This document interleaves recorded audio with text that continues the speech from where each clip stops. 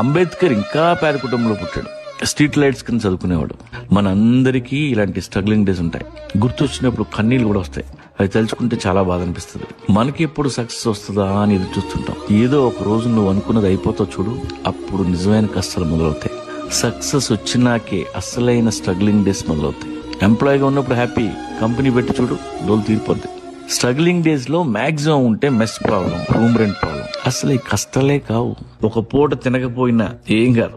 వారానికి ఒకసారి ఏ ఆదివారం ఓ 1/2 కేజీ చికెన్ తెచ్చుకుంటే పండగ. ఎప్పుడైనా ఎవడైనా చల్లని బీర్ ఇప్పిస్తే కార్నివల్ లా ఉంటది. నమ్మండి, those are the best days. కర్మ గాలి, మీరు అనుకున్న సక్సెస్ వచ్చేస్తే సంకనాగిపోతారు. మొదటిసారి కారు కొన్నప్పుడు రోజుకి 2 సార్లు తిరుగుతాం. కారులో అన్ని ఫీచర్లు గుర్తుంటాయి. గీత పడితే తట్టుకోలేవు. అదే సక్సెస్ వచ్చినాక 5 స్టార్ హోటల్లో నువ్వు ఏం తింటున్నావో నీకు తెలియదు. పెళ్ళాం పిల్లలు ఎలా ఉన్నారో ఎక్కడున్నారో తెలియదు. కావాలంటే సక్సెస్ వచ్చిన అడగని చెప్తాడు.